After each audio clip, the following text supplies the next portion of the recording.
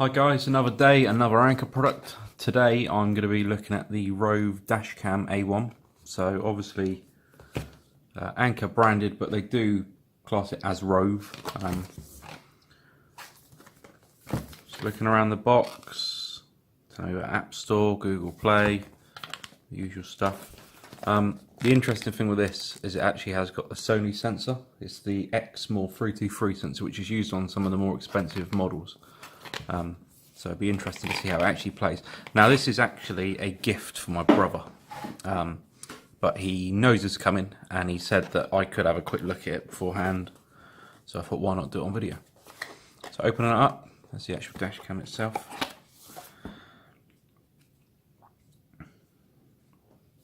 Looking around it, it's quite light, but that's not necessarily a bad thing. I'm guessing this is the bit to clip it on. Power, and the actual on-off button. Numerous buttons on the back there. Speaker at the bottom, and a remove lens before using. So I'm going to take that off just because he's not going to care anyway. Now, obviously, the main thing here is I'm not in a car, so I have actually bought a battery pack along with me, which I can use to power it in a minute. So just going through the rest of the stuff in the box. Owner's manual. The standard happy card that you get with a lot of Anker stuff. Very good customer service if you ever do have a problem. What else is in here? So we've got the suction cup, which, as you can see, is going to go into there and push across that way around. Let me take that off.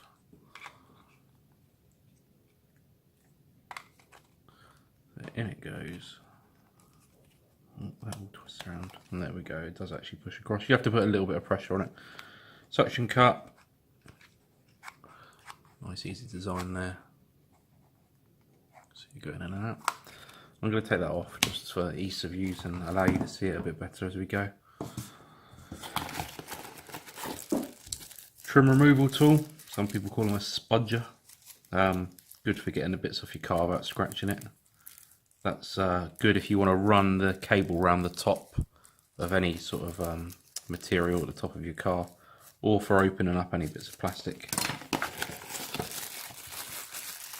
The cable, micro USB. Right angled end. It says on it only for charging, so don't expect to sync or anything, but that's not what it's there for. Pretty much a 5-volt charger. 1224, yeah, output 5-volt. Pretty standard stuff. And that is everything you need, actually. So, just for the sake of this, like I said, I'm not in a car, this is just a test. I do hope to follow it up with a later date once it's installed into my brother's car. Let's just get this up and running. Plug it in. Let's have some power.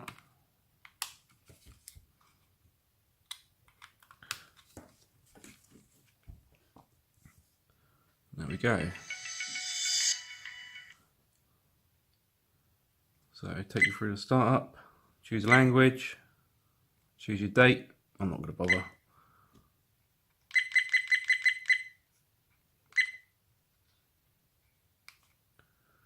Choose your frequency. So you might find that you need to change the frequency dependent on whether you get a couple of lines. Some radios and stuff like that can interfere with it and things like that. I'll just leave it as a default because it doesn't bother me. Download Roav in Google Play or the App Store to review your journey. So that's how you can actually come back on it. There is a micro SD slot here. Please insert it. Don't really need to for the minute because I'm just looking. So going into the menu, looks like the first one is how you want to actually do it. So 1080, 30 FPS, 720 or 720, 60 FPS. Next one is how long you want your loop recording on. So you can have a minute at a time. Most people go with about 3 minutes anyway, so that's not too bad. Next one's sensitivity. So this is for a G sensor, which is inside it. So if you did have a knock, it would save your loop recording automatically. So just change it from low, medium, high or off. Parking collision detection, so low, medium, high, same sort of thing.